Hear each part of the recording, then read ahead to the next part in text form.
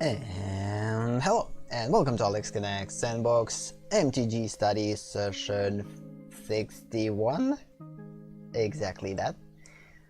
My name is Alex, and let's continue studying Magic the Gathering. Today we're going to continue to study sets. The first half of the session, and the other half of the session, or a little bit less, we're going to play Magic Duels. By the way, starting from this session, I kind of changed schedule a little bit. I'm still adjusting.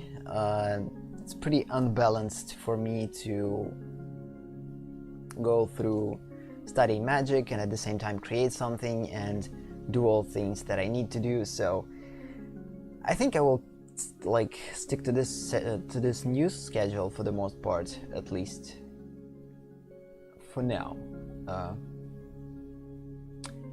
So yeah, that means that I'm going to stream Magic less during the week, but the sessions are going to be a little bit longer. So for instance, this session is going to be a 4-hour session. I plan to go in probably 2 or a little bit more hours into studying on sets, and then the rest of the remaining time we will play study Magic Duels.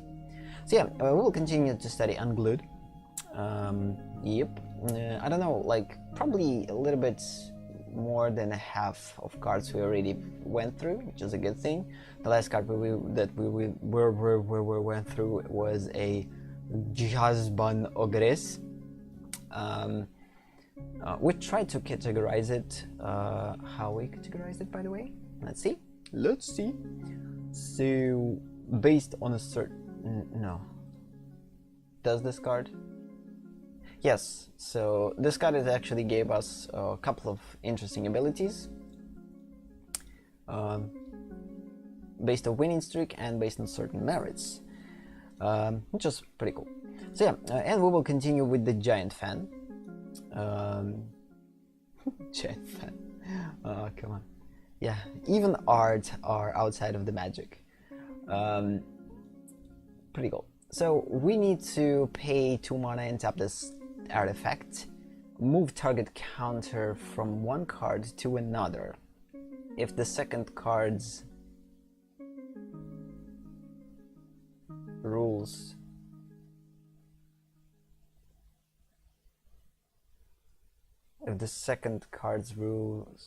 text refers to any type of counters, the moved counter becomes one of those counters. Otherwise, it becomes a +1/+1 counter. Huh? If the second card rules. What does it mean? Like, if the second card's rules.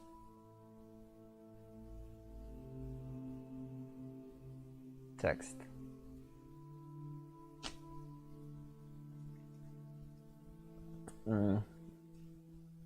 Yeah, I don't get this one, like how it actually applies to this particular situation.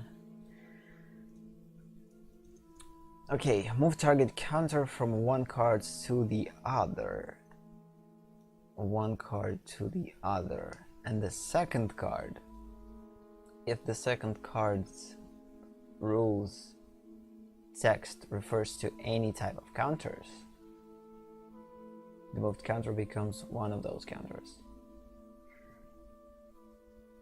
So basically you can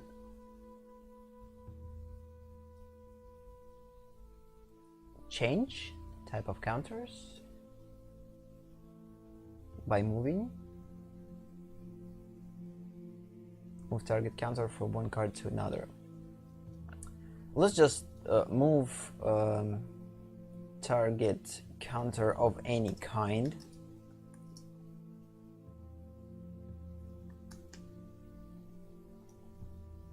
from one card to another.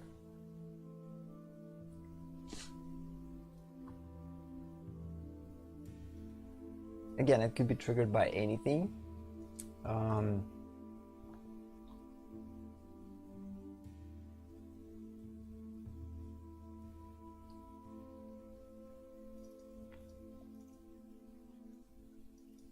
It could be by playing card. It could be by whatever.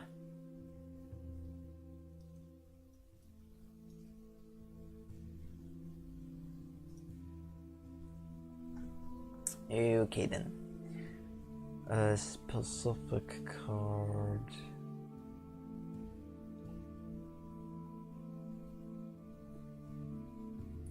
Move target counter of any kind from one card to another.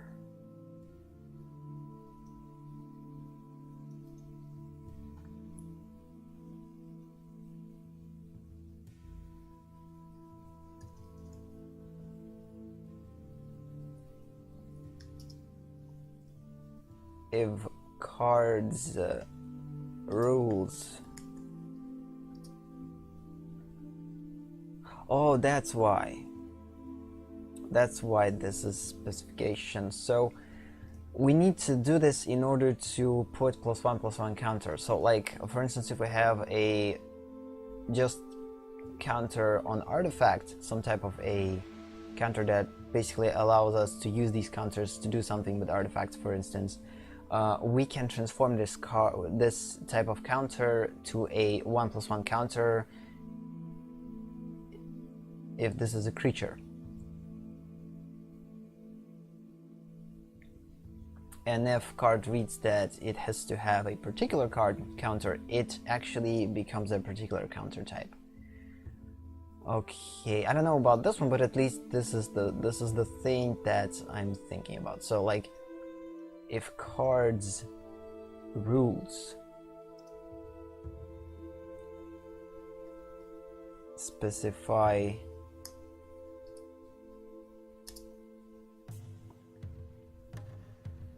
a counter type.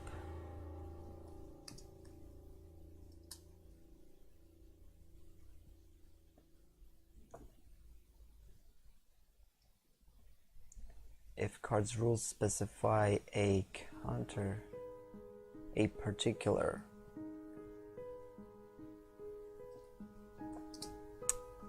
if cards rules specify a particular counter type,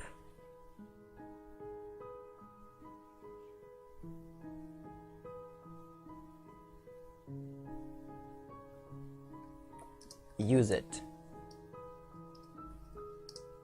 If not, change it to a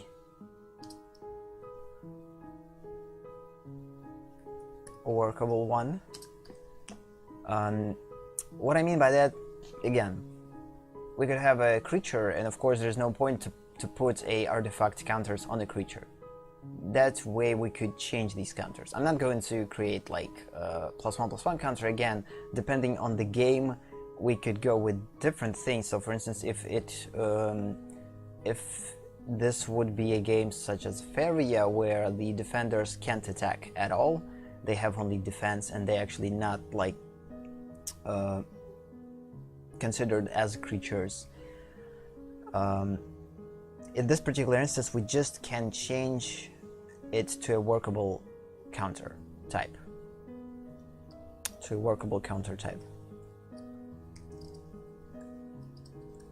For that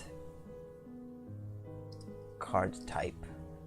So depending on the card type,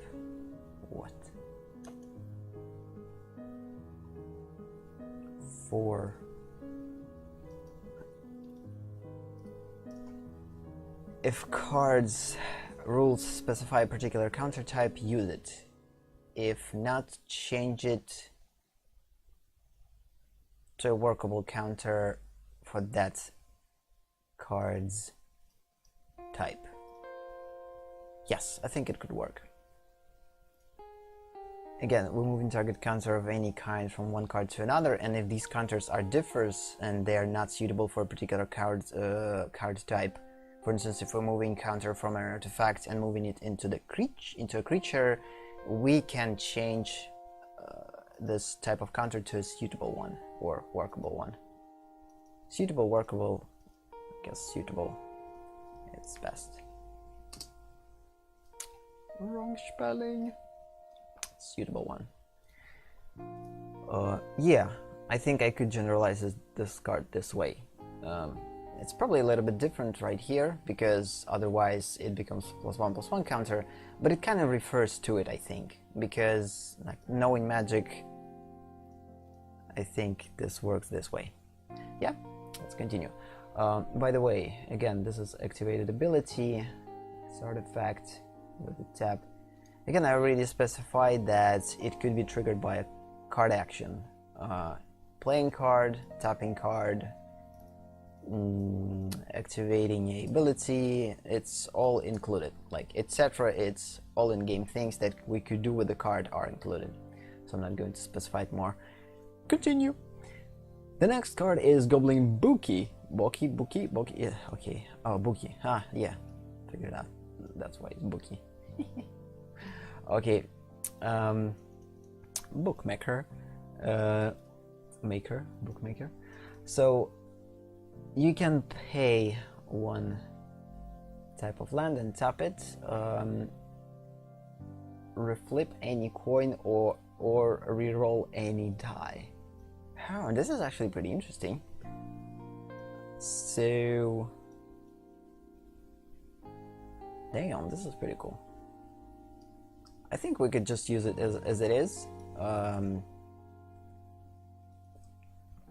don't think that we need to generalize it any further. It kind of works either way. It works with any dice, type of dice, and any type of coins. So I think it has to stay the same way. So allows us to reflip any coin or reroll any die. Again, triggered by a card action. It could be triggered ability by when we're playing cards, tapping card, etc. And this one we don't need. And I don't think that I need to specify it more though. Flip any coin or reroll any die.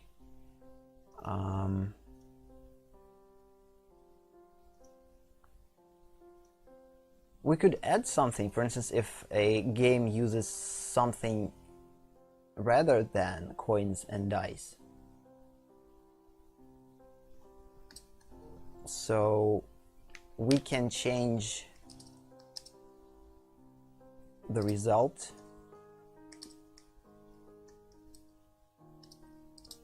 of random generator.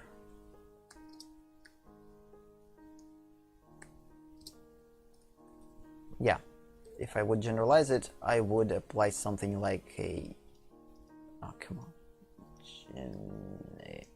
generator. Yeah, we can change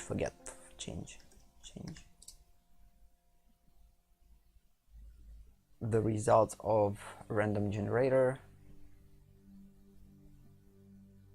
No, it's too controlled. We need to, we can relaunch I don't know, random generator, or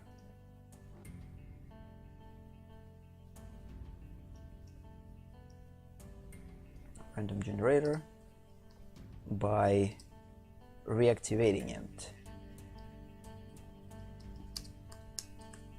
Yes, let's keep it like this. We can change the result of a random generator by reactivating it. Again, I don't know, again, there's a lot of tabletop games that we could work with, so and there's a lot of random generators except like dice and coins. I think we could come up with something, and by generalizing it this way, it kind of makes it a little bit more applicable for anything. Okay, continue. Goblin bowling team. Okay. Yep. This is a creature. Whenever a goblin bowling team damages any creature or player, roll a 6-sided die. Goblin bowling team deals to that creature or player additional damage equal to the roll to the die roll. Okay, it's pretty common for goblins to have these type of abilities. I remember in contemporary sets we have a couple of goblins that work with flipping a coin. If you're flipping a coin, these cards are dealing damage. If not, they're destroying themselves or something like this. So I think it kind of works pretty similar, but how to generalize it? So again, we have a lot of abilities that work with a six-sided die already. So we have flipping a coin, we have six-sided die here, and again, as I said before, when it comes down to these random generators, it's pretty hard to create some type of general rule for them. In the end, I think I need to just combine them in one big category of six-sided die rule, or six-sided die, or operations with six-sided die, and then create a branches that could specify what we could do with this. So for instance, six-sided die could be triggered by a card or by a particular action, or this is some type of activated ability or whatever. So because if I'm going to specify it like for each card, there's a lot of things. It just becomes crazy. So let's think. Goblin bowling deals. So yeah, this one basically triggered by a creature when this creature deals damage.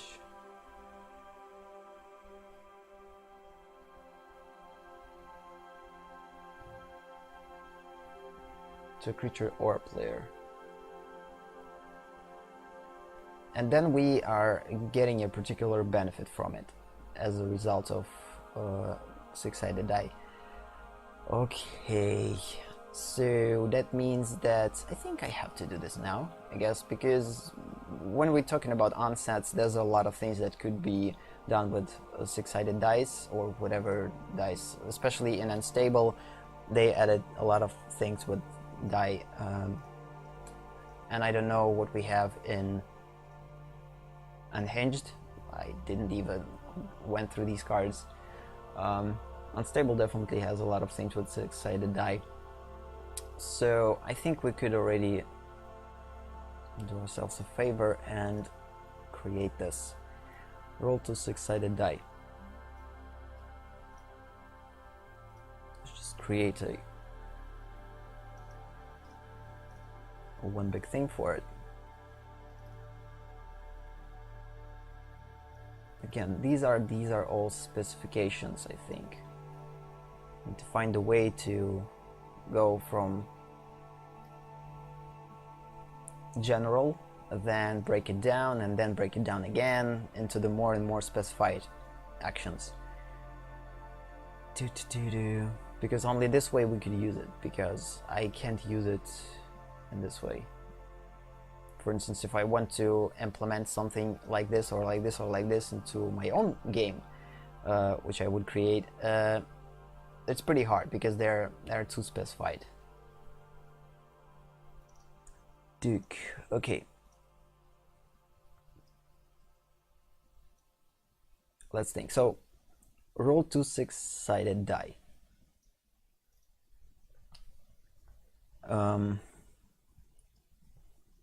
Activated by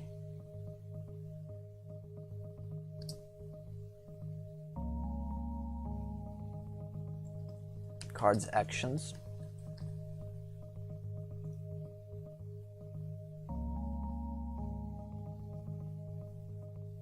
If a card does something. For instance, if creature will attack, then it will result in activating a 6 die roll.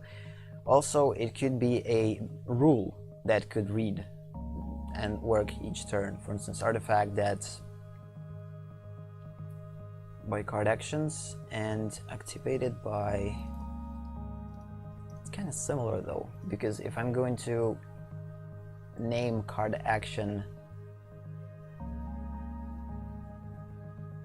playing card is a card action, attacking with a card is a card action, blocking with a card action. When card deals damage, card action. It's all kind of considered as a card actions, but if we're thinking about activated by cards text, yeah, so basically the difference is this one works actively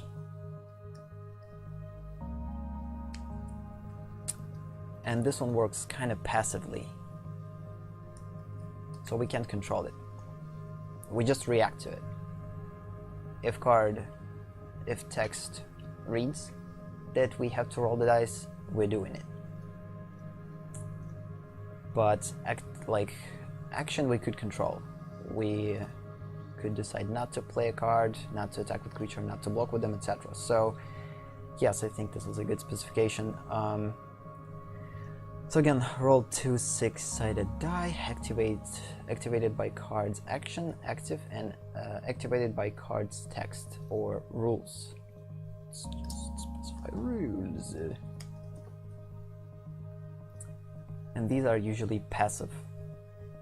And now we need to figure out where to put these guys. Because we can roll 1 die, we can roll 2 dice, we can roll even multiple dices as in Unstable. In Unstable we're rolling a lot of dices and whatever, so I think, yeah.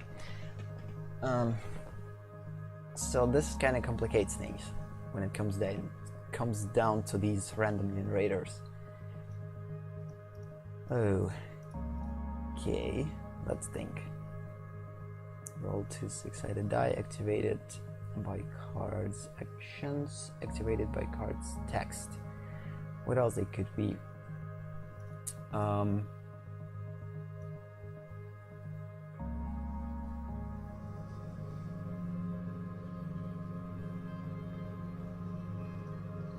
how to specify a number of rolls.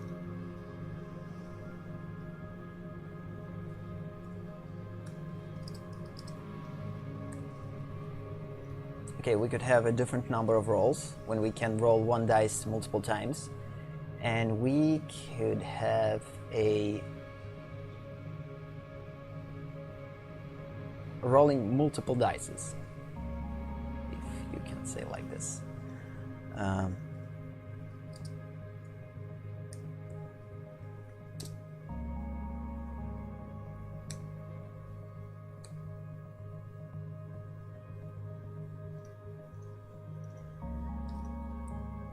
I think it's the wrong spelling. Let's figure it out. Definitely. It's not even English. Dices. Okay. Where's the die?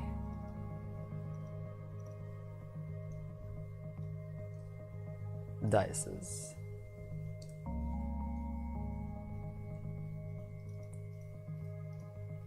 Rolling die multiple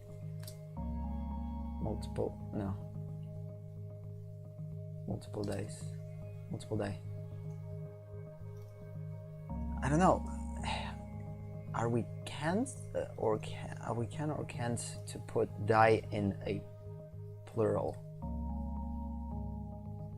Dices. I think we have. We have this ability. Yeah, let's just go with it. Rolling multiple dices.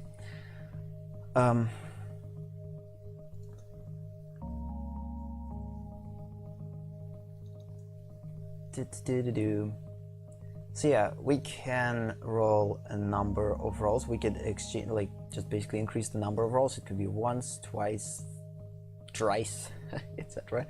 And rolling multiple dices too. What else we could do with the dices? There's also a lot of things that how dices, like results could vary. Yes, so results could vary too. For instance, in unsets, there is a possibility whenever a dice would touch a particular card, we could do with this card something, depending on what type of number it is there.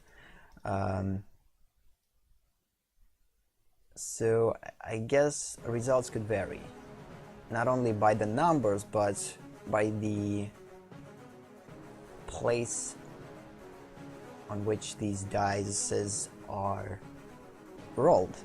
I don't know. If, for instance, we could have some certain area, for instance, and if the dice, one of the dices will fall off of this area, it's not going to work. And we're basically losing this die, and we can't re-roll. So we need to roll accurately. At least we could add this in a particular game, I think. That means that we could add... And by the way, it could be a not only six-sided die. We could... Oh no, wait a minute. Let's see the real dices. I have somewhere in here. No, I'm not going to find them. There's a 12-sided dice. So yeah. So we're not limited by a six-sided die either.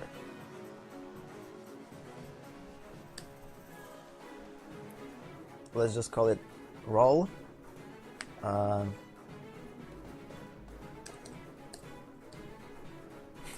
Yep. Roll question mark sided die. This could be a little bit more applicable to anything.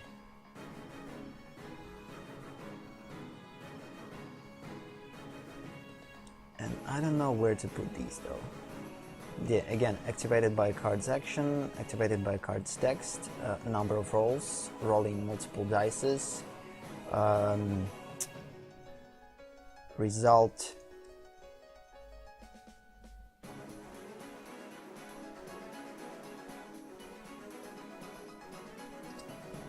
oriented,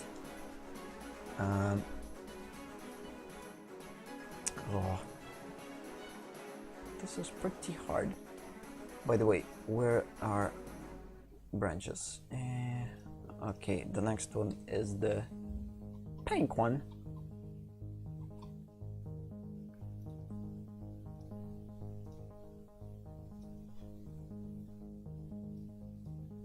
Activate it. Again, results oriented.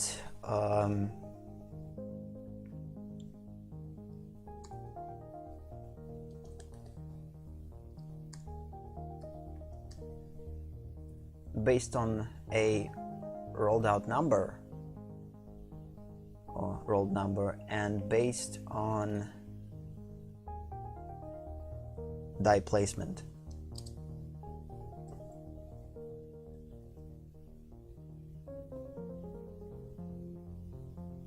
Dice placement.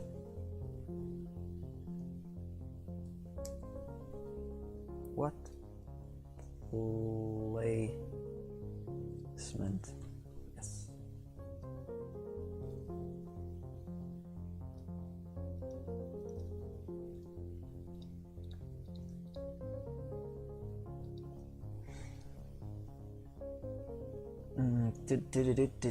What else we could do with the dice? Results oriented. Again, we could work with the numbers, we could work with the dice placement, but I think that's it. What else we could do with the dices?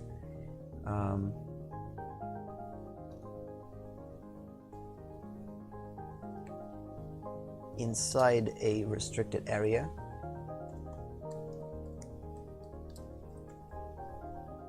Oh, come on. Area. And of course, outside of the restricted area.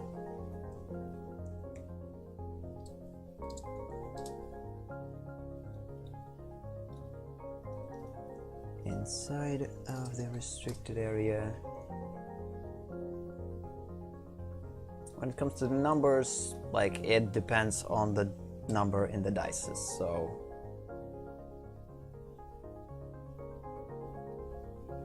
and they actually will combine. So again, if we are combining multiple dices and numbers, of course they will change. So let's reread all of these and decide where to put them, because I don't think that we could put them in one particular thing. They kind of could work in a let's see. So roll 2 6-sided die, one after the other. Get 2 results where the first result equal to the first die roll and the other equal to the second die roll, and apply specific action to the specific in-game permanent zone equal to each result. Yeah, it's kind of multiple, and it's too specified. I think we have to keep them there.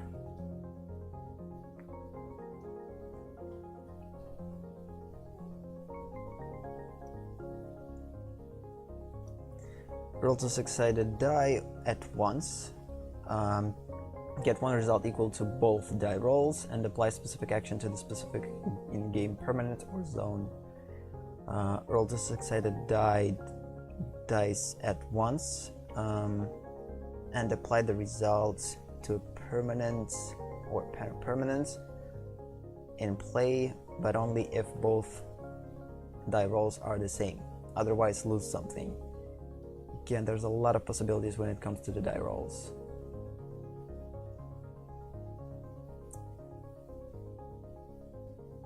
Okay, I will continue to specify or to make this one a little bit more understandable. The more information like this we're going to have, the better. So for now, I guess we could go both. We could try to create some type of a general thing for them, and at the same time work on specific elements, trying to generalize them. So let's add the information from the new card, which is triggered by a creature action. Whenever Goblin Bowling team damages any creature or player, we're rolling 6-sided die, and if we roll, and we're dealing the additional damage equal to the die roll.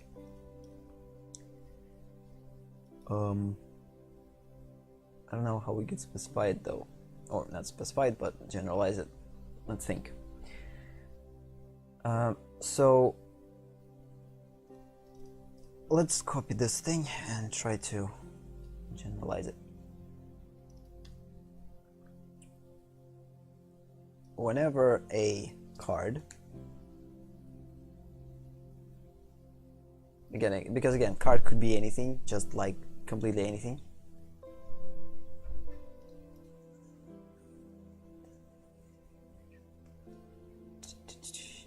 Whenever a card damages any creature or player, it could be instant or sorcery. Roll a 6-sided die.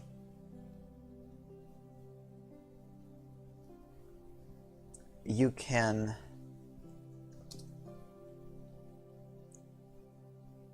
deal to that creature or player additional damage equal to the die roll. Yeah, okay, good. This works. I think it's pretty general. Again, if we would think outside of the magic, it could apply to anything for the most part, because again, these random generators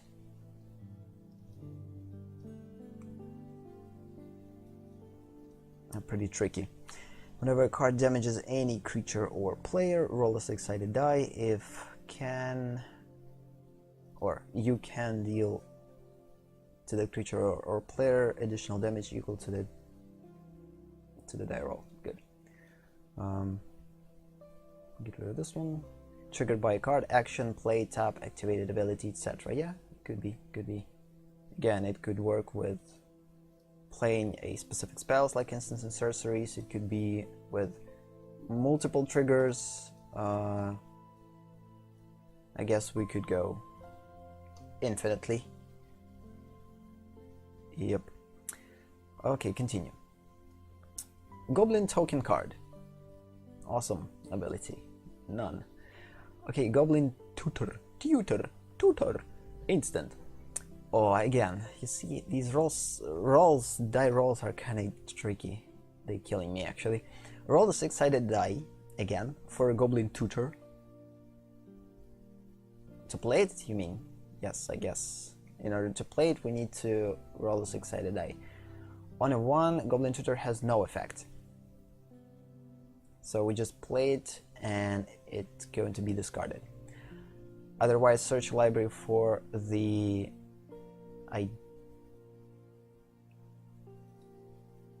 indicated card. Yeah. Otherwise, search your library for the indicated card, reveal that card to all players, and put it into your hand. Shuffle your library afterwards.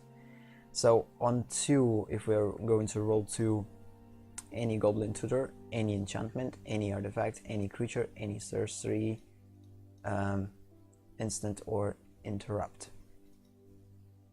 I'm actually not familiar with the type of cards interrupt. This is something that we are going to work with later, I guess. These type of cards were in the later sets. I actually thought that interrupt is pretty close to a counter instant, but I guess not. They're different. Okay, we'll figure out later. The only thing that I could put is to put interrupt as additional thing. So let's go into the mechanics. Nope. Card types. Go to the official card types and put interrupt in here. Interrupt, because I could forget about it. Bam, bidi, doom.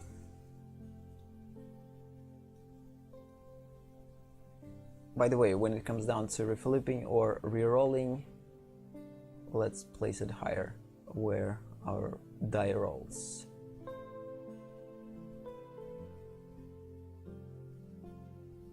And coin flipping, so yeah. Good.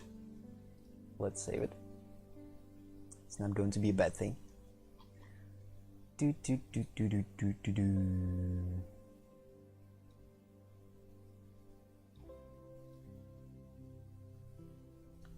continue.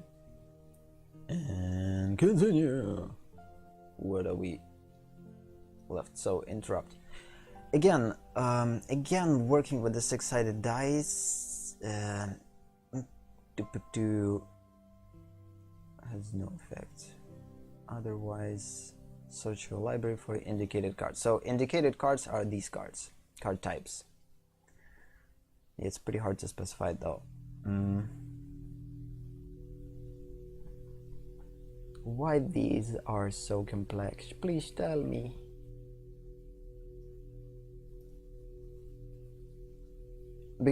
Before I actually didn't want to, or I didn't plan to study on sets. Like the only reason why I'm studying on sets because Unstable is out, and I've went through a couple of cards and I thought, oh, this is pretty interesting mechanics there. It's pretty creative, but again, with creativeness comes a complexity, and these onsets are super complex when it comes down to things that could happen, especially when we're adding a lot of random generators to that, and it's pretty hard to create some type of general standard for them that could be applied to any card game or tabletop game that we could create on our own. Okay, roll a six-sided die again.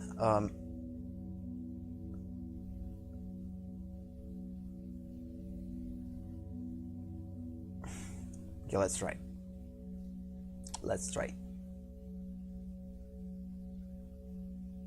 Wait a minute. I placed it on top. What the heck? Oh, it was a copy. Yes, forgot that I copied it.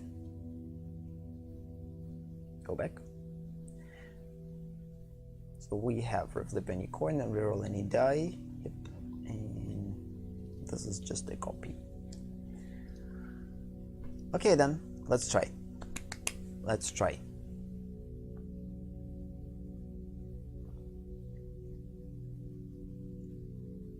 So, depending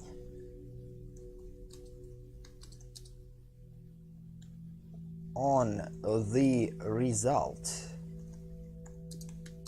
of a die roll, depending on the result of the die roll, or of the die roll, the result, the die roll, whatever.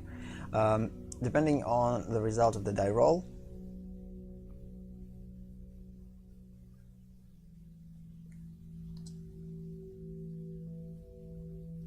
we can perform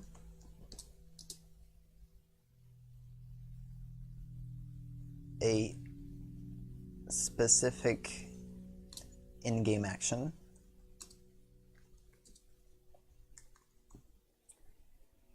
depending on the results of the die roll, we can perform a specific in-game action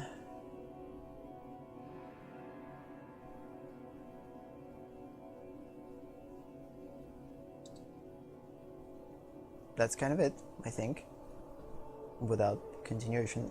Let's try it. So depending on the result of the die roll, again, which could be triggered by playing a card. So we play a card. In this particular instance, this is an instant. We play in this instant, we're rolling the die, and depending on the result of this die roll, we can perform a specific in-game action. And in this particular instance, we could either play a goblin or not play, but search for a indicated cards in our library. Artifact, creature, sorcery, instant, or interrupt. But the only problem with this is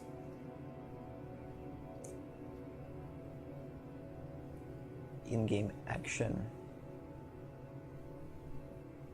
Depending on the result of the die roll, we can perform a specific in-game action.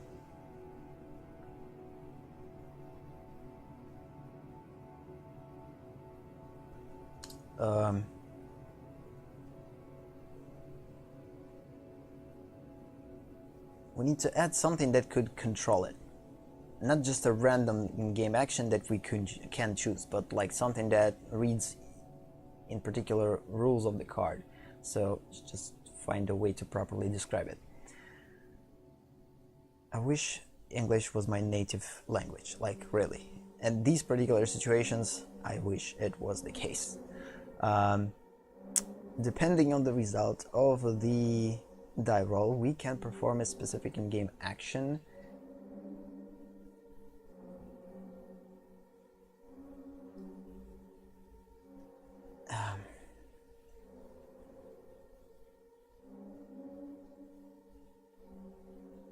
From the list of actions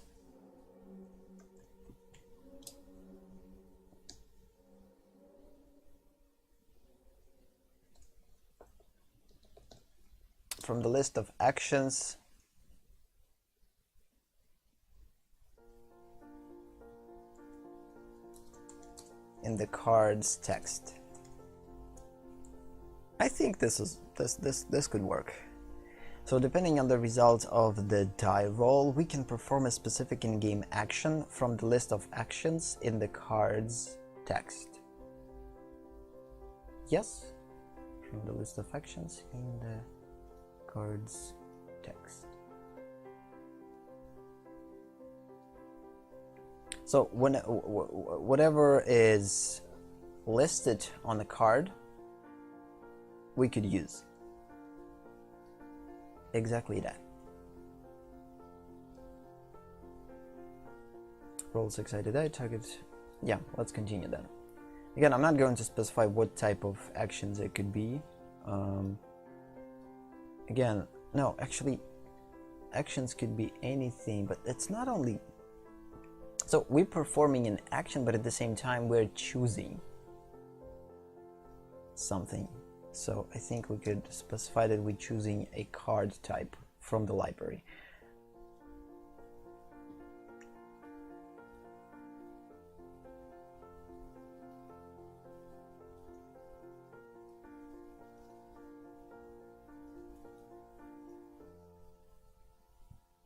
Depending on the result of the die roll, with certain limitations,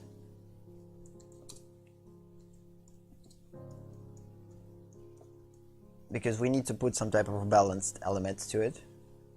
For instance, if we have with certain limitations, we can perform a specific in-game action, searching a library and putting a particular creature in play, searching a library for indicated card,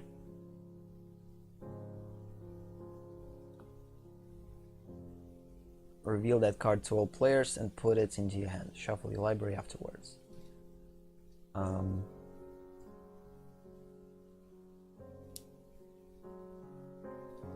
By the way, I don't remember if I added shuffle to our actions. Let's see. Sacrificing. Nope, there's no shuffling in here.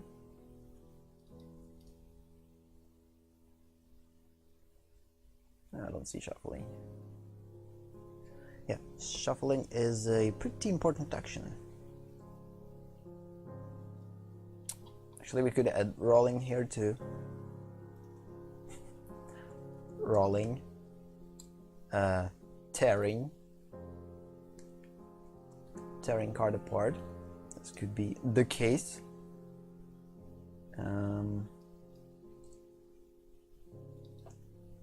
Flipping. Oh. Flipping a coin.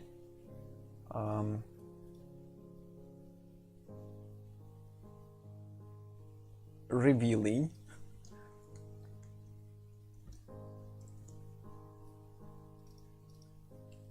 We will add a lot of actions the more things we are going to establish, I guess. Again, when I'm talking about actions, it could be anything. Searching for a card. Do I have searching in here? Sacrificing, putting, shuffling. Oh, we have shuffling actually. triggering, rolling, tearing, flipping, revealing.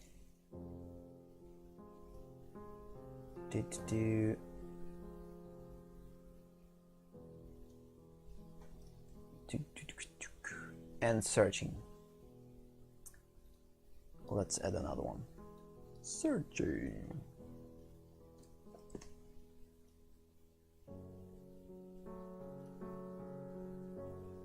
Okay, minimize, and let's continue.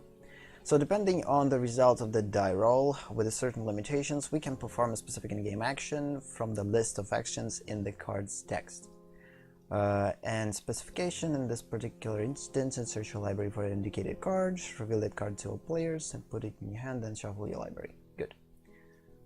So I think this is pretty general explanation. Let's continue. Growth spurt. Spurt. I don't know what this word means. Oh. Growth spurt. Spurt. This is the old word?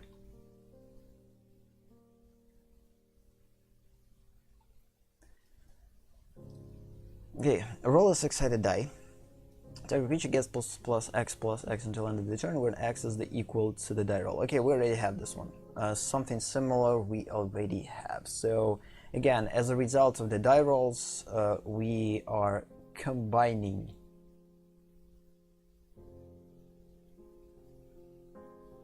Not combining, we're just taking a die roll and making our creature bigger. We already have this one somewhere in here.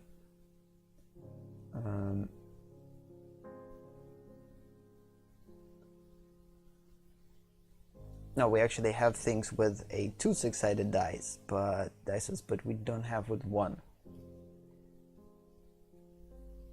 Whenever a card damages any creature or player, roll six-sided die.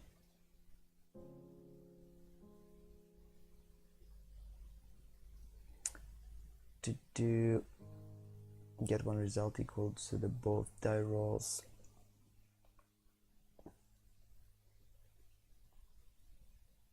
Yeah, for the most part, we have things only with two die rolls, but with one. Yeah, let's create one general thing for the one die roll. Yep.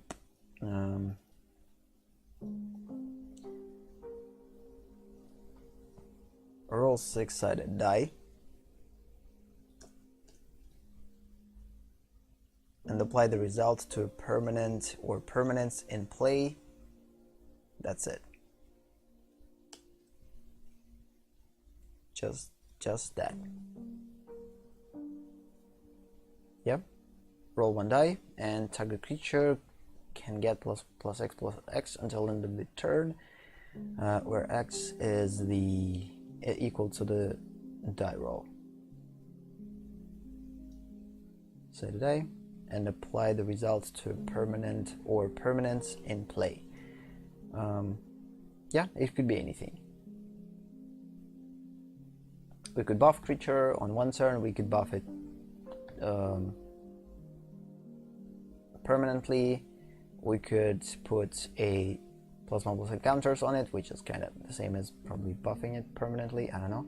Not actually the same. Putting counters and buffing, of course, is different, but in different context outside of the magic, it could be the same. Yeah, good. Continue. So we went through 1 hour. I think, yeah, we have 1 hour more into study, and then we will play Magic Duels. Okay, continue. So the next card is Gus. Comes into play with a +1/+1 counter on it for each game you have lost to your opponent since you last won a Magic game against him or her. Okay, again, this thing that works with the winning streak. At this particular instance, it goes for each game you have lost to your opponent. So this works with the losing streak, the opposite. So let's find where we have a winning streak and just specify that it could be a losing streak too. Certain period, you get in control of a specific card. It's actually a little bit different. Let's duplicate it. Based on your losing streak, overall or at certain period, instead of gaining control, you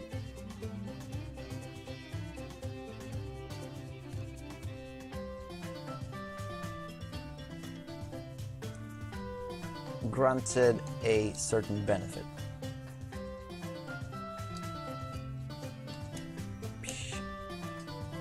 Okay, certain benefit. You granted a certain benefit.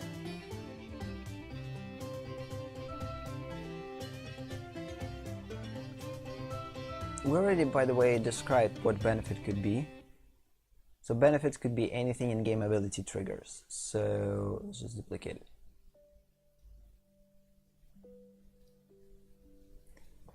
Benefits could be anything in-game ability, any in-game ability.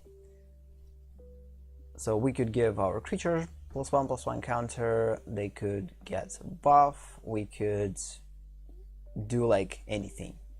This could be anything. Magic game against him or her. To your opponent since you last won. So I think this is the only thing that I could like take from this, because it's again pretty specified, but knowing that we could create some type of a balanced things, or I don't know, elements when we're playing, for instance, like 4 games in a row. If we're losing a game, we could be granted a particular benefit. For instance, it works when we choosing to play first. We have the additional ability to play first, and our opponent getting a additional card. The same kind of with this one. With each game, our creatures could be, that we are going to lose, our creatures became bigger as the balancing act. I don't know.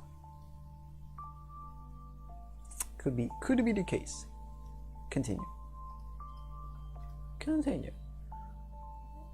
Duplicate it.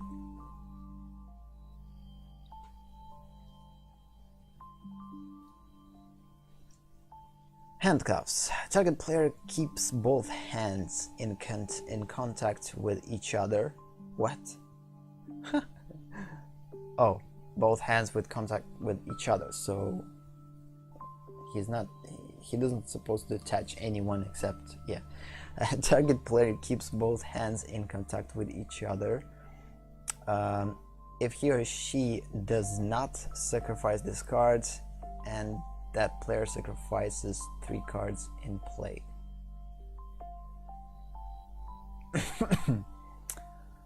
Okay. How I could generalize it.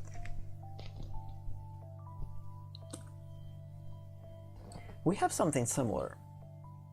Let's find it. I actually remember that I have something similar. Move target counter based on certain merits. You gain control of a card based on losing streak. Whoa, be careful, man.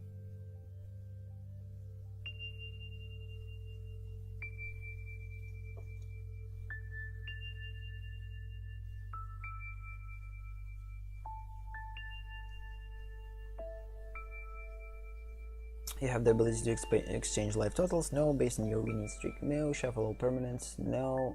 Shunted card loses all abilities or becomes weaker. Flip. Nope, not with flipping. Somewhere on top. If serious games played, you can repeat the ability of a particular card that was played in the previous game at the beginning of the current game. You choose a player other than yourself. You can make decisions for that player regarding one card. or all cards if the player hand in the player's hand. In this player's hand.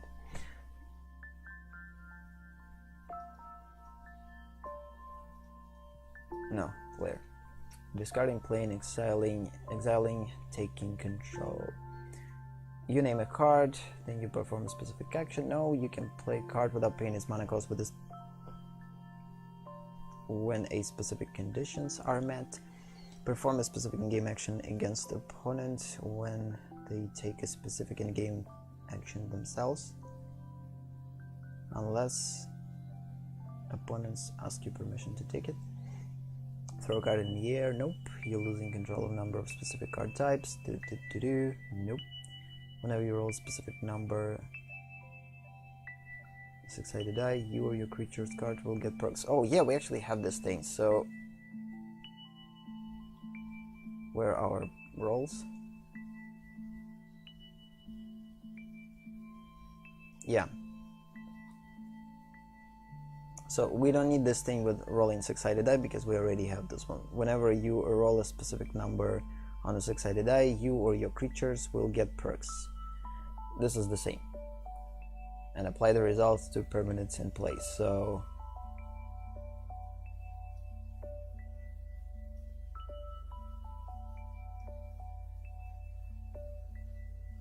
oh no, they're kind of different, because in this particular instance, if you're not, you will lose something. Will get buffs, or you or your creature's cards will lose something, abilities, or both. I will keep them separate, although they're kind of the same. It's just a different description, but they work similar. Okay. You name a card. I already forget what I searched for. So I searched for something that player sacrificed 3 cards in play. Target player keeps both hands. Yeah, it's somewhere on top.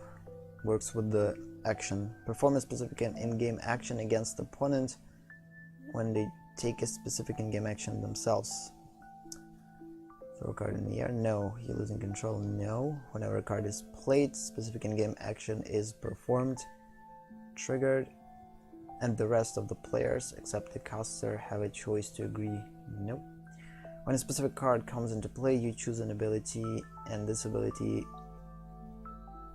is active as long as you're performing a specific action, balancing this card on your hand. So yeah, this is actually pretty similar to this, because again, we play in this card, target player keeps both hands in contact with him, so basically we are making a player to perform a specific action, and if he or she doesn't, we're losing something. So yeah, this is actually applicable to this one. When a specific card comes into play, you choose an ability, and this ability is active as long as you performing a specific action, balancing card in your hand. And if it comes into play, you choose a player. No, this one actually works better. Yeah. When a specific card comes into play, you choose a player, set a specific action rule for that player not to perform. If he or she does perform it, that player loses something, and it could be opposite. When a specific card comes into play, you choose a player, set a specific action or rule for that player to perform. If he or she doesn't, it's probably a wrong one, doesn't perform it, that player loses something. Yeah, this is definitely works best. So again, it could be the opposite.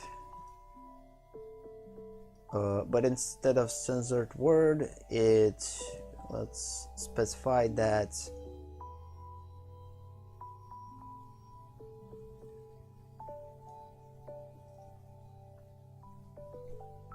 keeps both hands in contact with each other. Action needed to be performed each turn or each time when something happens.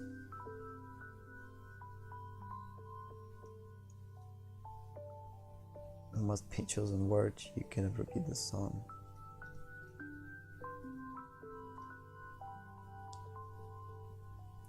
Good. Continue.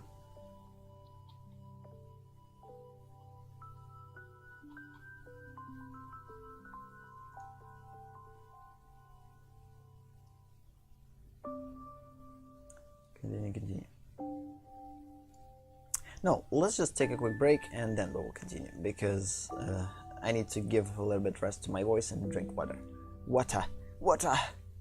So let's find on which card we're stopped. During your keep, remove a counter from any... Yeah, we stopped on this one, now we are on this one. So yeah, we'll get back after a short break. So, probably a couple of minutes. So, I'll be back in a minute.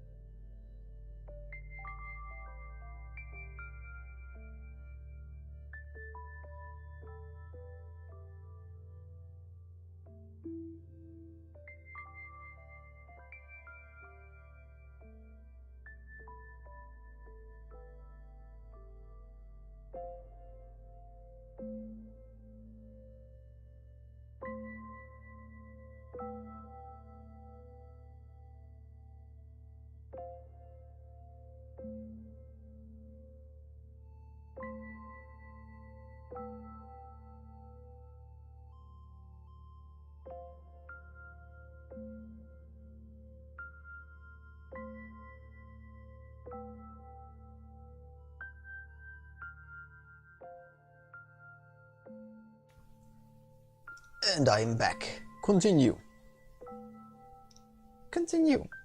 So we will continue with the hungry heifer. Let's check how his name actually pronounced. Hungry heifer. Heifer.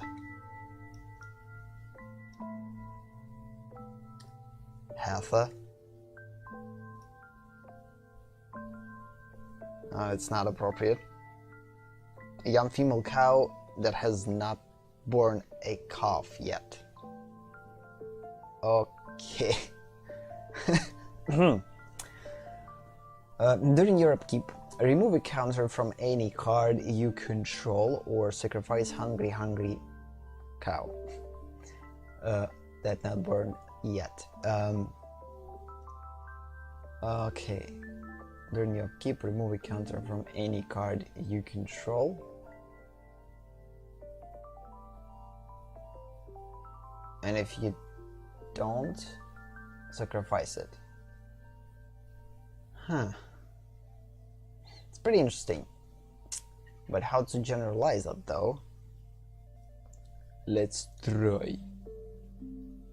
Let's try.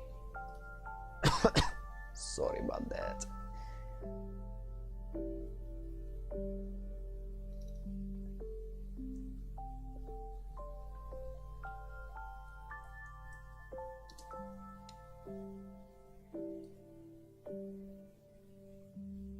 You have to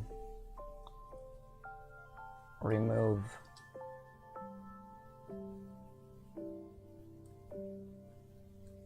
a certain counter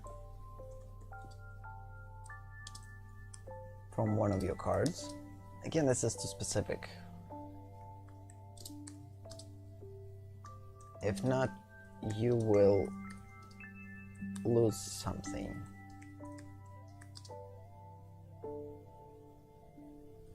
Other than a counter. You have to remove a certain counter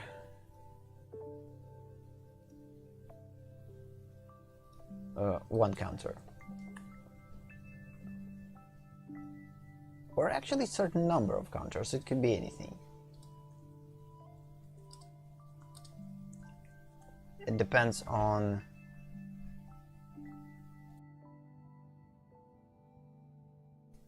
how you would want to balance things. Because if, for instance, we have big creature, and for this creature we need to remove a lot of counters, it's actually pretty similar to you have to perform a specific like turn-based action each turn. If you're not, you will lose something. Because it could be anything, like it could be not counters. Like for instance, if you not going to have attack with creatures this turn, you will lose something. If you're not going to get rid of a certain counter, you will lose something. So I guess we could specify it a little bit better. Let's put this one as a specification and create something more general. You have to lose something. No. You have to pay a specific price. Yes, you have to pay a certain price.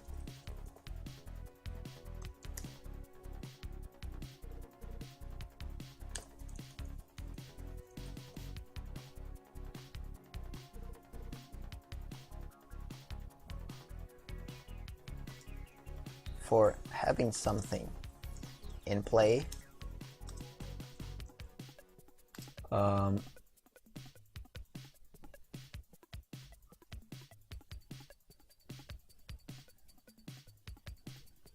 Wait a minute, you have to remove a certain count from one of cards, from one of cards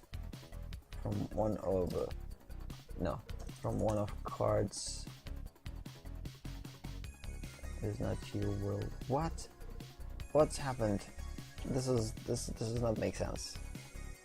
So I guess I said it proper. Sorry about that. I said it properly, but I didn't read it well, so confused. You have to remove a certain counter, one or more, from one card. If not, you will lose something other than a counter. Yeah. You have to pay a certain price for having something in play. If not,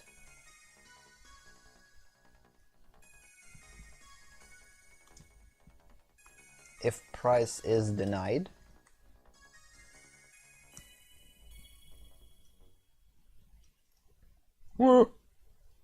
careful. If price is denied, you will lose something other. Lose something bigger. Lose something more. No. Something at random. Or what, like the opponent's choice. Oh, it's actually pretty cool. If, for instance, if you're not going to pay a particular price, opponent will choose what cards to get rid of. Like, this is actually pretty cool. At random or at opponent's choice.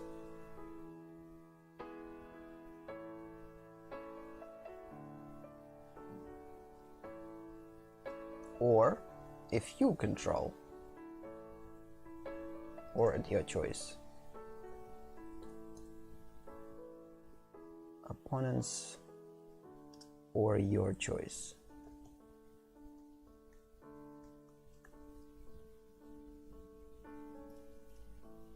Yeah, good.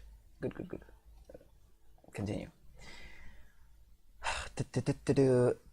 During each player's upkeep or during your upkeep, remove a counter. So basically, yeah, this one kind of works like this. So we generalized it. When you have to pay a certain price for having something in play.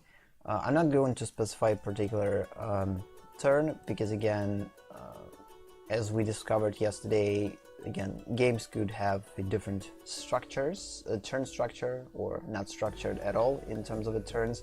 So yeah, we're not going to specify each turn. It all depends on what type of game it is. If price is denied, you will lose something at random, or at the opponent's choice, or of your choice. Like, yep. And specification we added from the card's ability. Continue. Harlem Wrangler. Let's copy. See how it's spelled. Or Harloon Wrangler. Harloon Wrangler. There's no translation for it.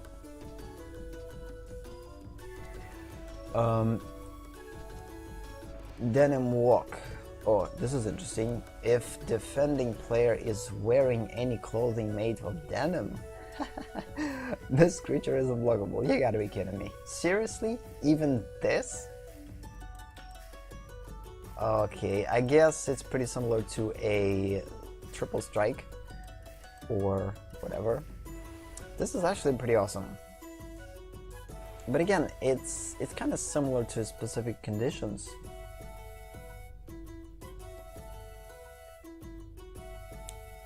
Your defending player.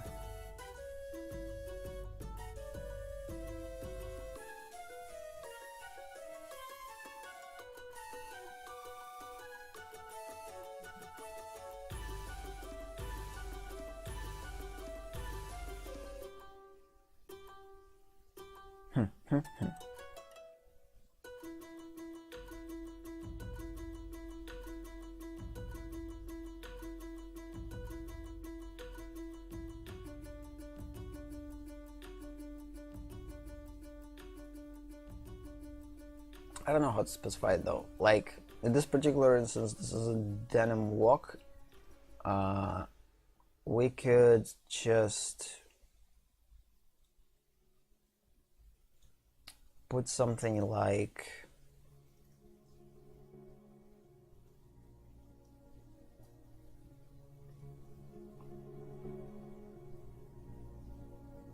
because we have island walk, swamp walk, forest walk, and etc. So it actually kind of works the same. So it's just the ability that works with some type of walking ability that creature could. Yes, so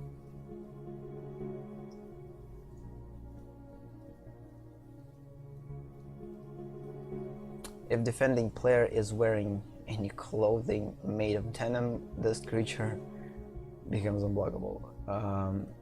Is unblockable.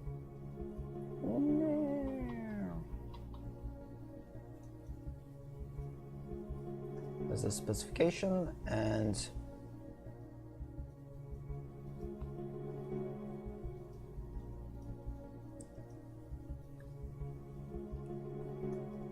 but actually it could be passive or triggered by a card action, so it actually could be passive in this particular instance. If defending player is wearing any clothing made of denim, so let's just generalize it. If defending player is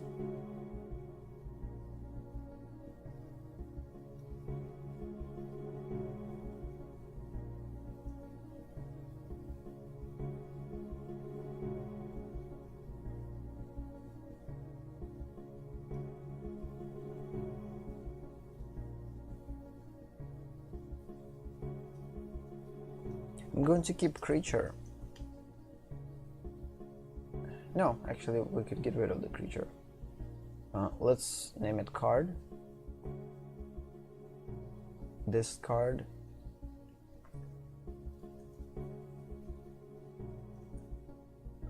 has a certain ability.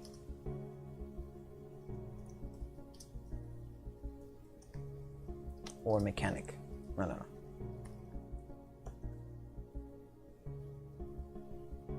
Or benefit. Or benefit of some kind.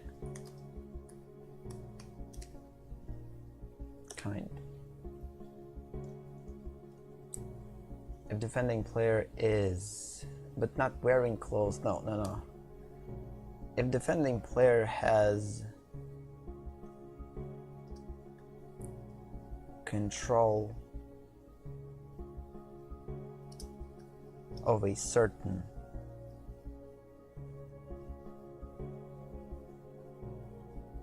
no. If defending player possesses a certain quality, definitely it's going to possesses a certain quality.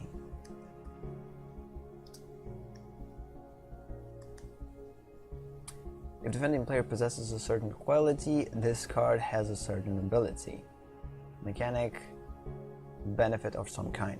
But in-game, yes, has a certain in-game ability. If the playing player possesses a certain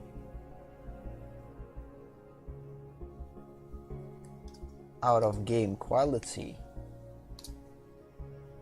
this is actually pretty interesting. For instance, if defending player has a short haircut, or long hair, or glasses, or contact lenses, or brown eyes, or big nose, or small nose, or whatever, so, or lipstick, or piercing, or again, it could be anything. So just basically possesses a certain out-of-the-game quality.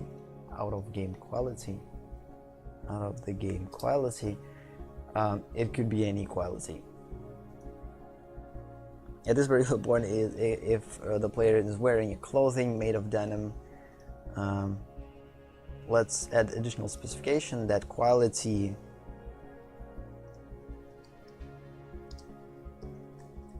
could be anything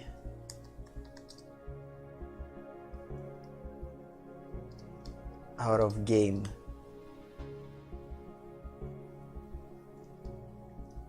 Quality could be anything out of game. So it's look. I'm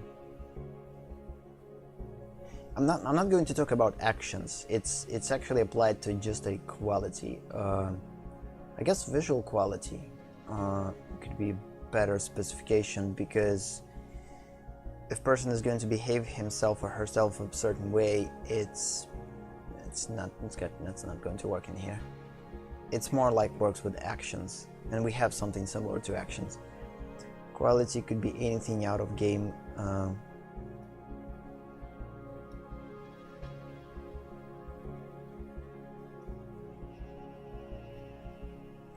Let's just go with the look or possessions. For instance, player could have a keys, possessions, possessions.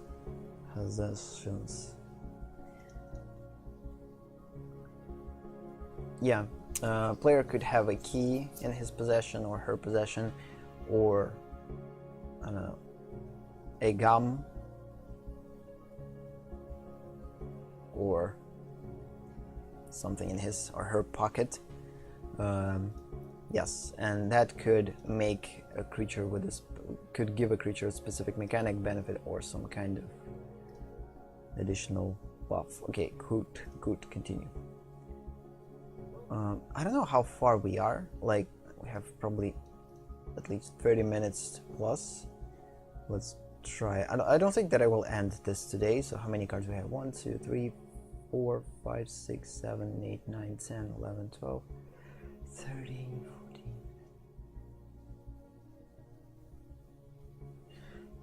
21, 22, 23, 24, 25, 26, 27, 28, 29, 30, 31, 34, 8, 40. So about 40 cards left. So that means that we only now half of the set, actually. Which is kind of a bummer.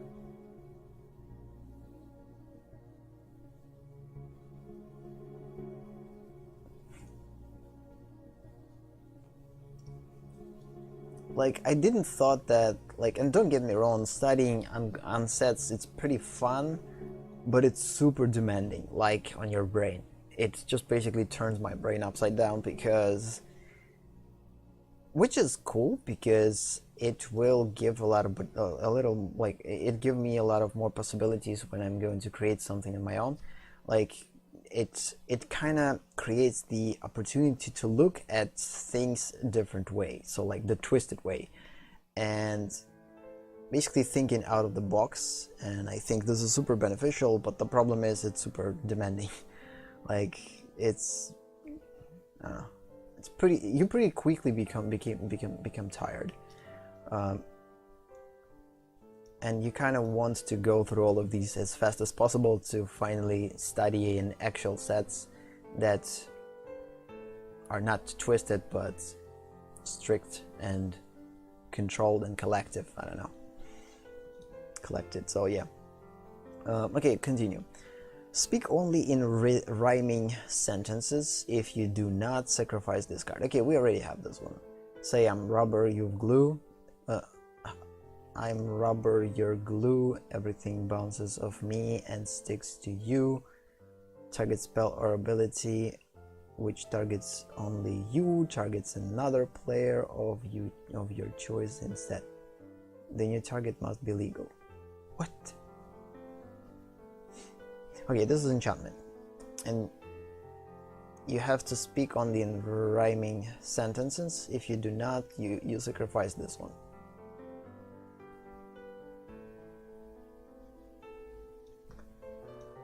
Okay, and you can say, I'm rubber, I'm glue, you're glue.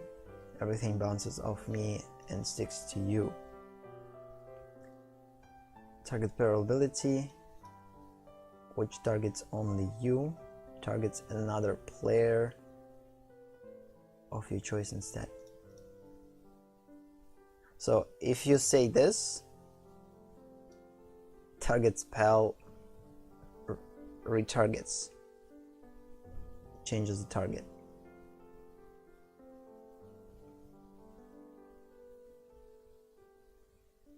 That's actually pretty cool. Speaks only in rhythmic sentences. So we have something similar to this one, but we don't have something like this. We actually could put it into a completely different ability. So the thing that makes you perform a specific action, and if you're not, like in this particular instance, you have to speak in rhythmic sentences. If you're not, you will sacrifice this card.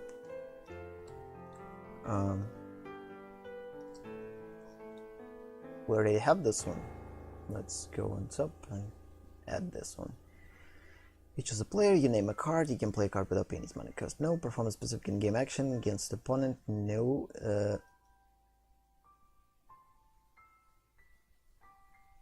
specific in-game action is performed. No. When a specific card comes into play, you choose an ability. No. Specific card comes into play, you choose a player. Specific action rule for that player to perform. If he or she doesn't perform it, that player loses something. So yeah, definitely in here.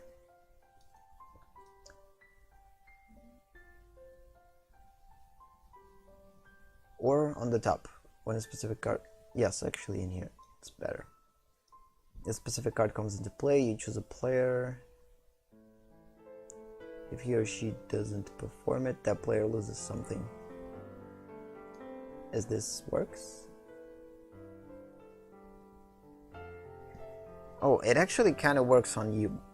It's not on the target player.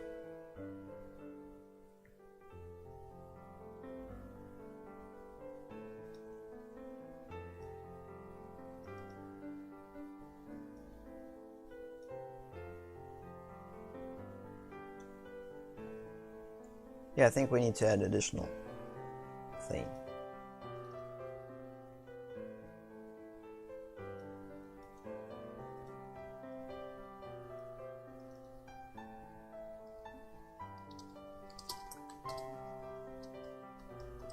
You have to perform a specific action. When I'm talking about just specific action, I'm talking about out of the game action, and in game actions I always specify. So just to not get confused with type of actions. So in game actions, these are the actions that we could play in game. Out of the game actions, it's all other games like speaking, talking, what? Speaking, what else could be? Blinking, breathing, moving, and etc. So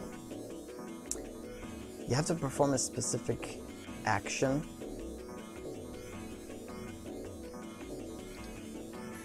If not,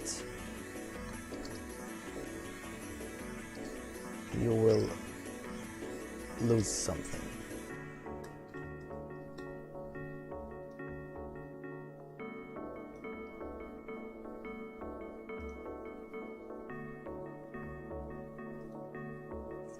You have to perform a specific action. If not, you will lose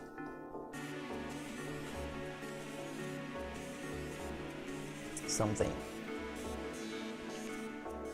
By card action, play, tap, etc. Card text. So for instance, card text could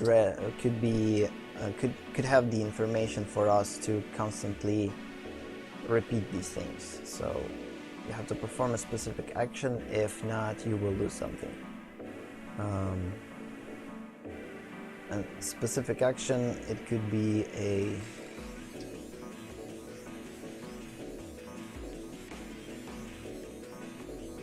rules, card rules, rules on card.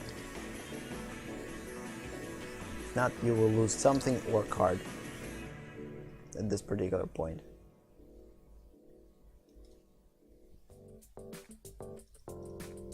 But it's not just that, because this card definitely has to have some type of ability for you to benefit it. You have to perform a specific in-game action rule card. If not, you will lose something.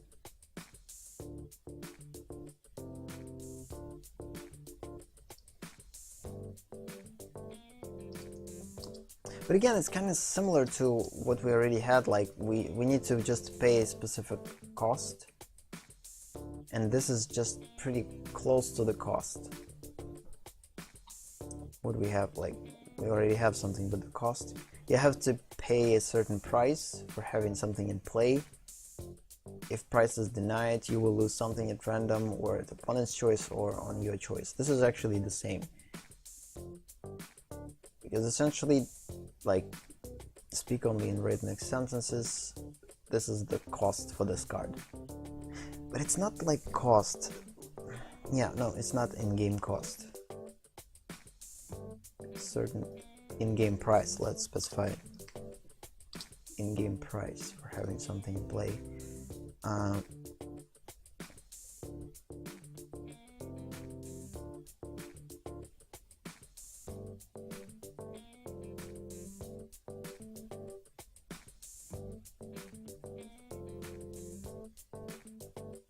I love where this thing is. You can perform specific roll on card. If you're not, you will lose something card. Yeah, let's just move it to the bottom. Put it close to our thing with the cost, the price. Because it's actually similar to the price, but you're playing. You have to perform a specific action as the price.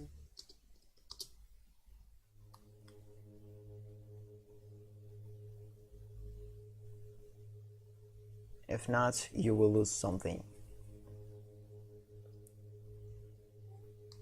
That card.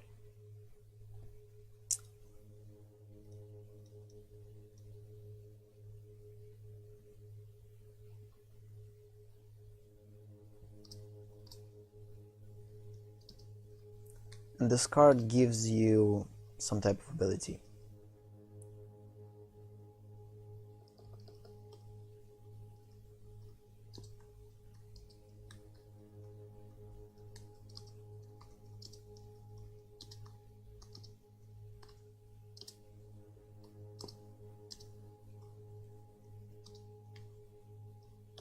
Yeah, and while you're controlling that card, it gives you a certain perks. I think this is the thing to go with.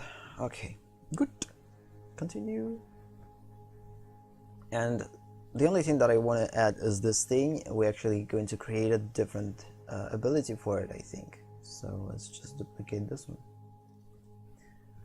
paste it, and try to analyze it. So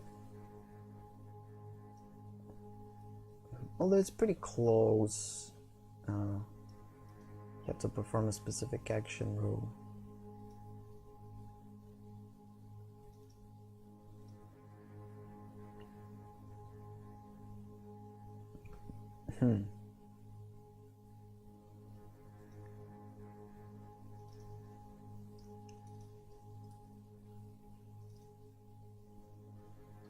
Okay.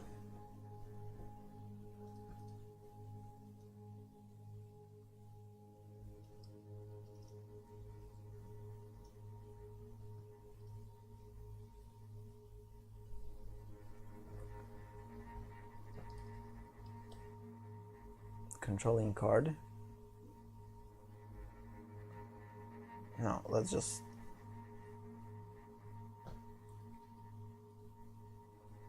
one of your cards in play, or just in the game,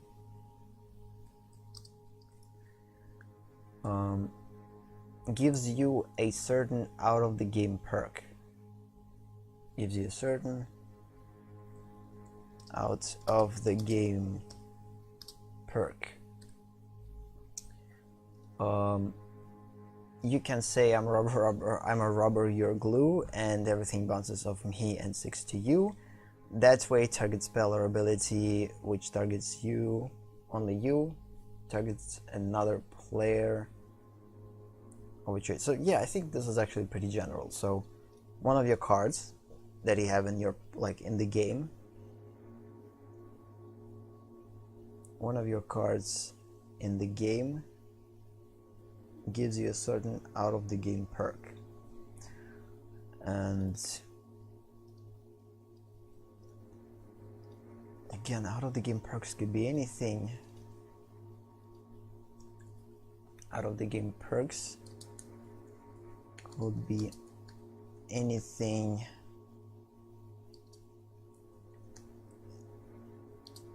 that can fit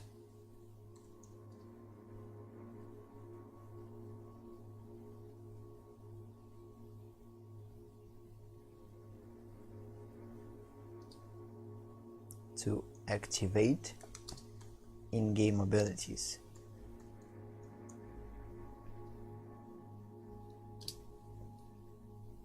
Out of the game perks could be anything that can fit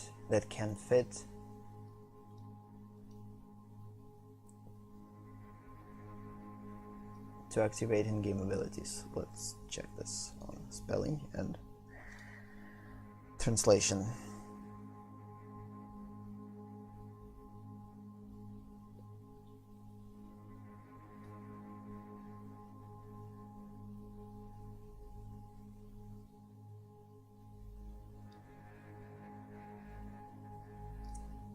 Yeah, I think it kind of works. At least I understand it. Like, out of the game perks could be anything that can fit to activate in-game abilities. One of your cards in game gives you a certain out of the game perk. Again, this card is a good example of it. So we have this enchantment in play. Well, while we having this enchantment in play, we have to pay a price to keep it in play, and at the same time we have the ability, which is this thing. When we have this card in play, we have it gives us a certain out of the game perk, and this out of the game perk works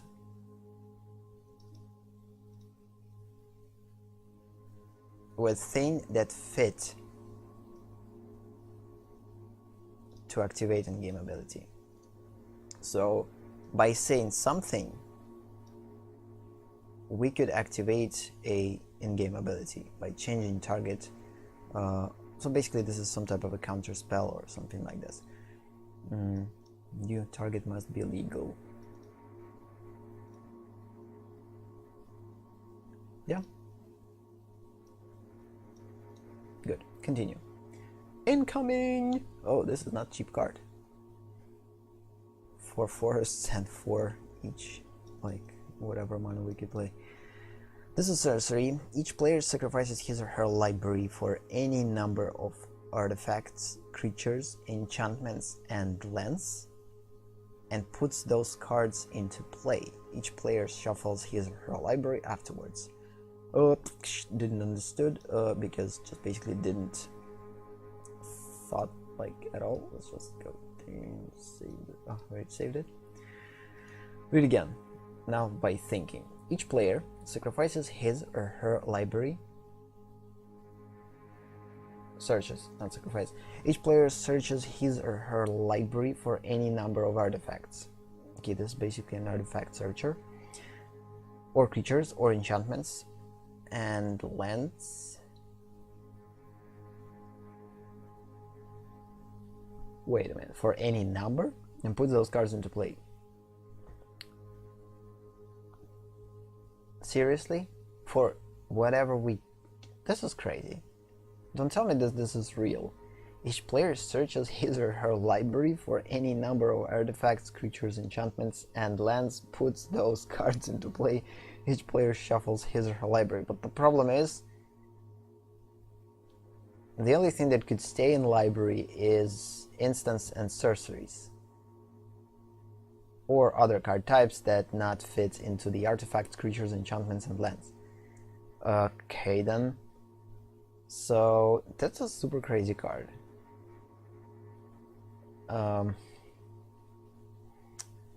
There's no way to generalize it. Like, I don't see it. I don't see how I could make it general. Although it's pretty cool. It's actually awesome ability.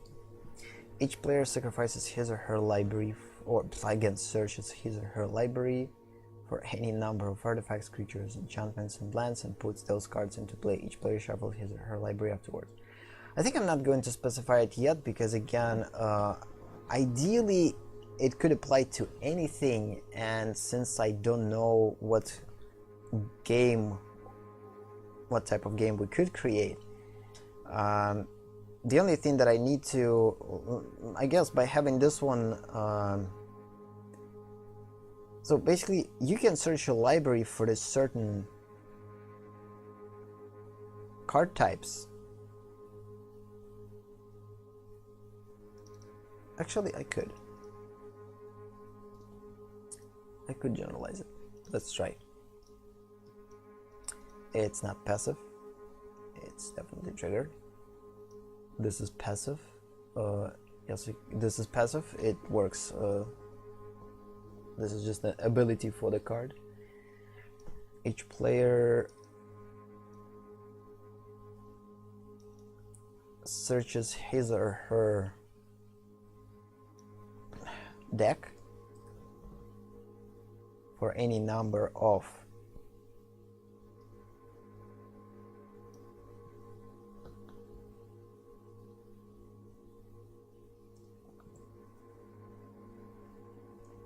card types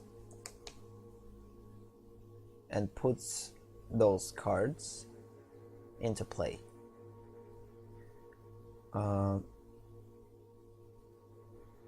I think safe to say permanence, because again, I think for any kind of games there are always a permanent cards that could enter the battlefield and stay in play, and cards that could just play and go into the graveyard right away, or just disappear from the game, or go into the exile zone. So yeah, I think safe to do that. So each player sacrifices his or her, why sacrifices? Searches his or her deck for any number of card types, any number of permanent card types, and puts those cards into play. And then each player shuffles his or her library, again not library but this particular deck, afterwards. Pretty cool ability. Actually, it could be super interesting to create some type of mechanic based on it, I don't know, or just add an additional super card that could change the game. Okay, continue. Infernal Spawn of Evil.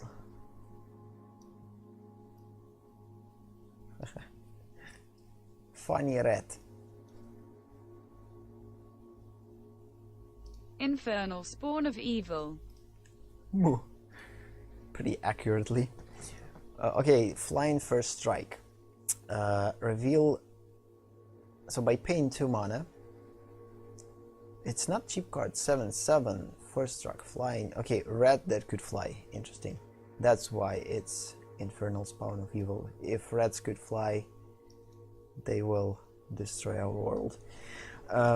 Reveal Infernal Spawn of Evil from your hand. Say, it's coming! Infernal Spawn of Evil deals 1 damage to target opponent. What? Use this ability only during your upkeep and only once each upkeep. Oh, things are not easier with each card. Like, the thing that I'm kind of bugging me that I've went through one set and I thought that like this is half of the set of Unglued, and I thought that maximum I will end up with probably 10 special abilities or mechanics of some sort, and instead I'm having how much? Let's count. You gotta be kidding me. That's a lot.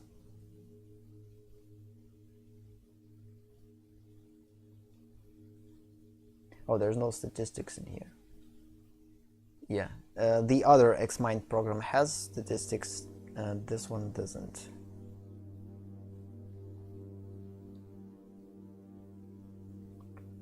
Yeah, this one doesn't. But let's assume that there's a lot of them. We're going to go into theme. Nope. I can format. Maybe in format it could be the case. Nope, nothing in format either. Again, this is a Zen version of Xmind. It doesn't seem full. It's more like for all devices, I guess. In order to work with a actual mind maps, I would, of course, I'm still choosing a Xmind version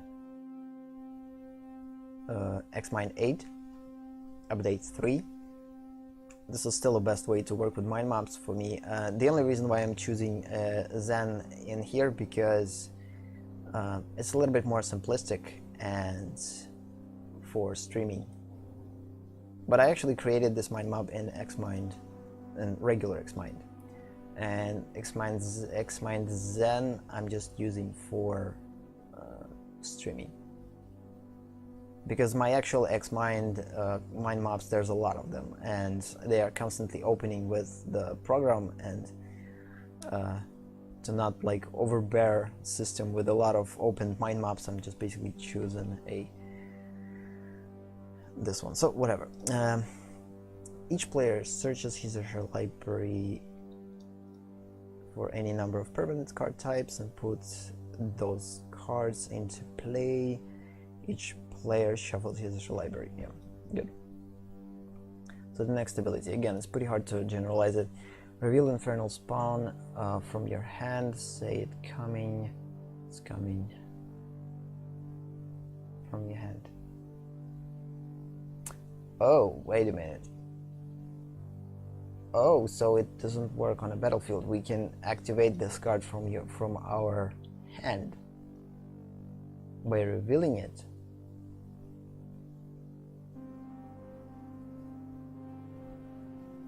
Oh, this is actually pretty interesting. We don't have abilities that could reveal cards from our hands, which is pretty cool. I know that a lot of Magic cards have this ability. Reveal.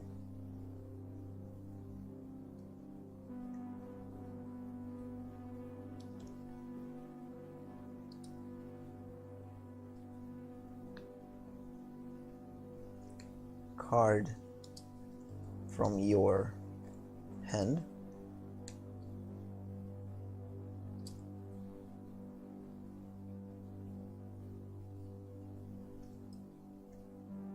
For the most part, all cards that I remember that work with revealing cards, we could either gain life equal to the card's converted mana cost, or deal damage equal to the card's converted mana cost, or to the creature's power, or whatever. So it all works in the grounds of what this card is, so in card abilities. So I need to generalize it in this way. So reveal the card from your hand. You will get something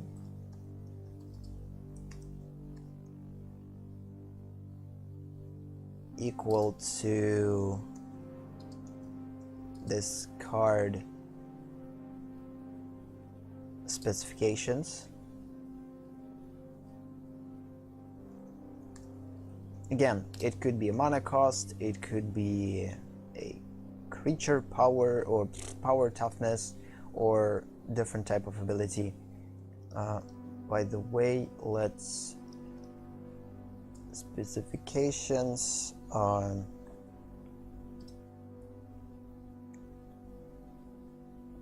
could be specifications for the most part. This is power, toughness,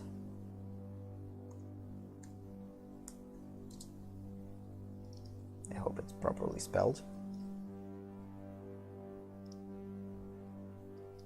power, toughness, converted mana cost,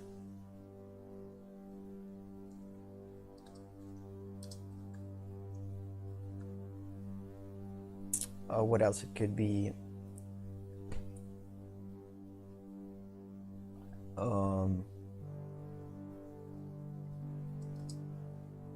words in flavor text.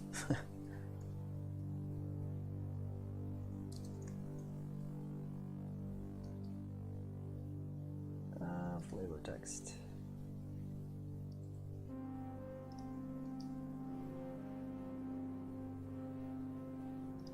Does it actually work like this?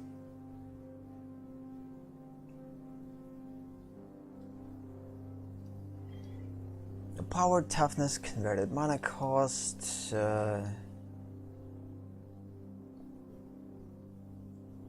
number of words / syllables. Oh, this is the wrong way.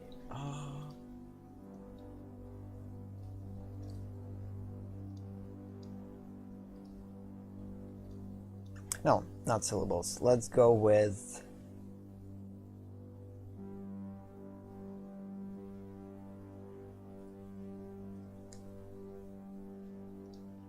letters.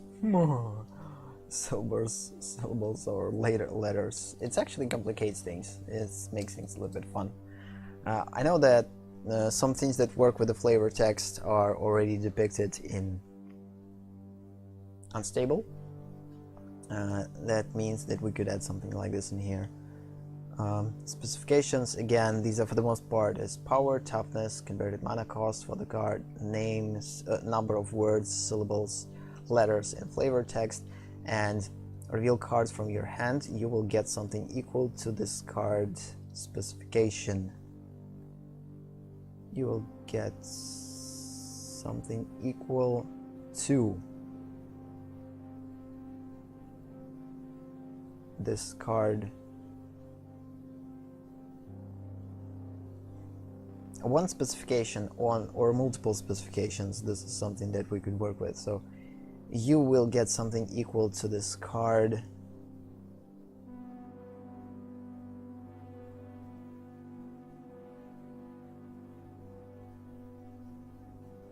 specification 1 or specifications, multiple specifications, or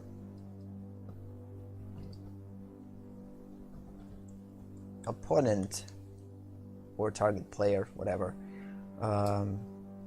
No, let's just choose target player.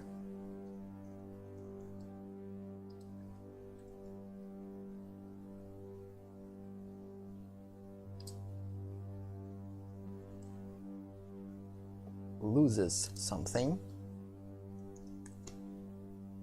Reveal the card from your hand.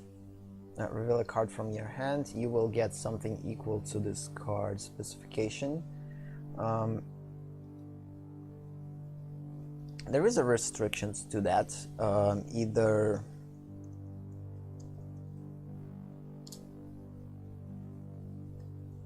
paying cost,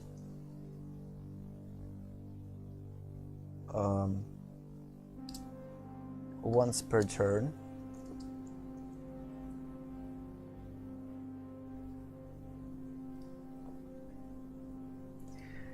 reveal a card from your hand. Oh, what's happening? What's happening? Why this is so strange?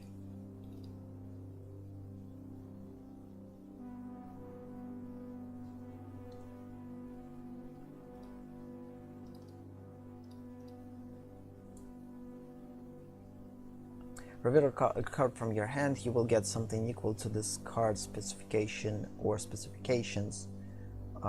Or target player loses something the same way.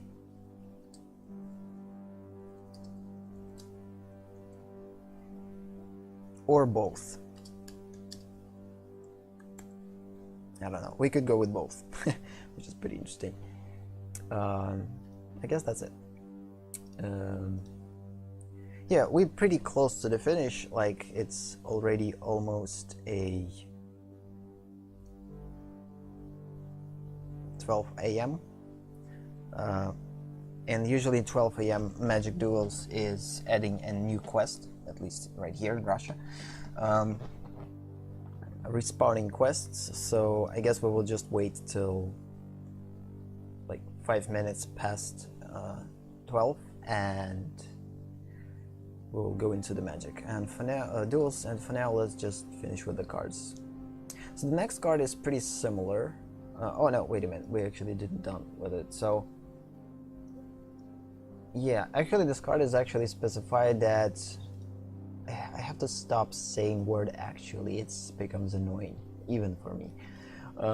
Reveals the internal spawn of from your hand. Say it's coming. Infernal 2/2 deals 1 damage to target opponent.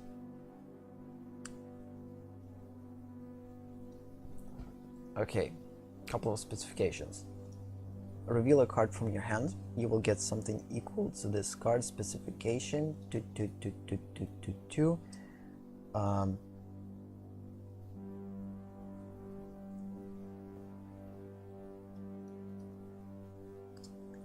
By paying with a price, certain price,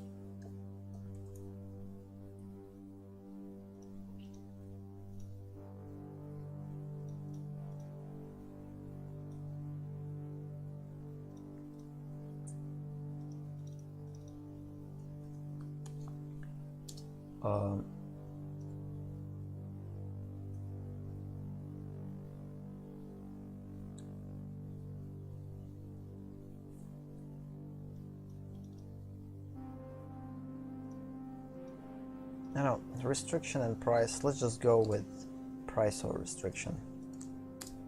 Price/restrictions, and right here we actually go into like, I don't know, a perform action.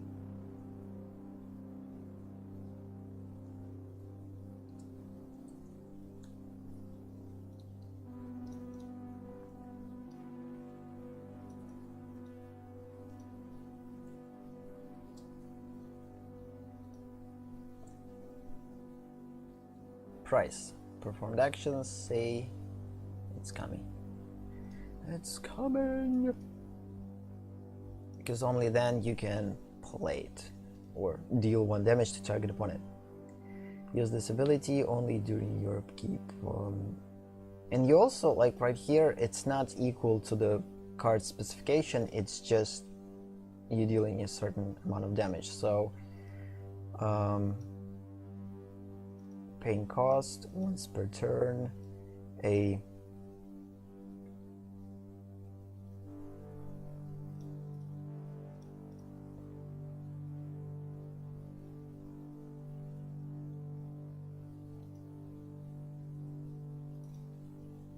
and something could be a damage, controlled damage, not controlled, fixed, yes, fixed,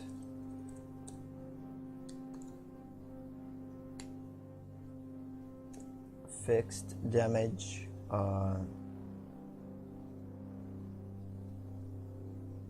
again you will get something fixed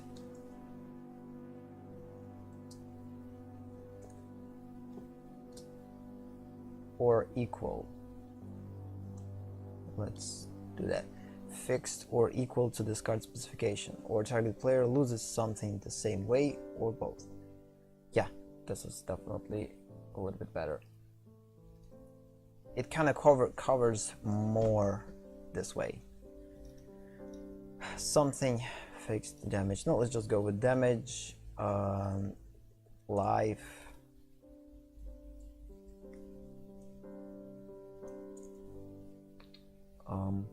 Converted mana cost. No.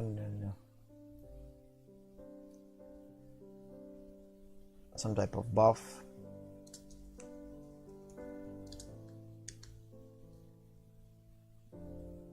Creatures buff, etc. So it could be anything.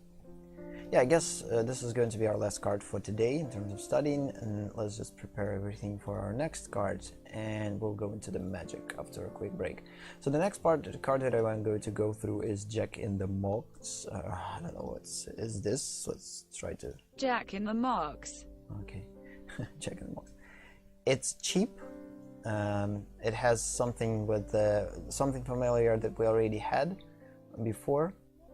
With our 6-roll dice and the possibility to choose in between particular elements, but I think we could end on this one because again it's pretty like demanding on your brain, these type of studies, and I think the last hour or the last half an hour, I'm kind of already a little bit tired trying to analyze these things and put them in general terms and etc., and try to make sense of them at the same time. So yeah, I guess it's time to switch into the other thing, and I guess yeah. So yeah, after a quick break, we will again, next session we will continue to work with a Jack in the Box. Basically, this is the last card that we are stopped on, and like yeah, we'll just continue with it. So let's save, and I will go in a quick break, and after this break we will continue with Magic Duels. So yep, see you in a bit.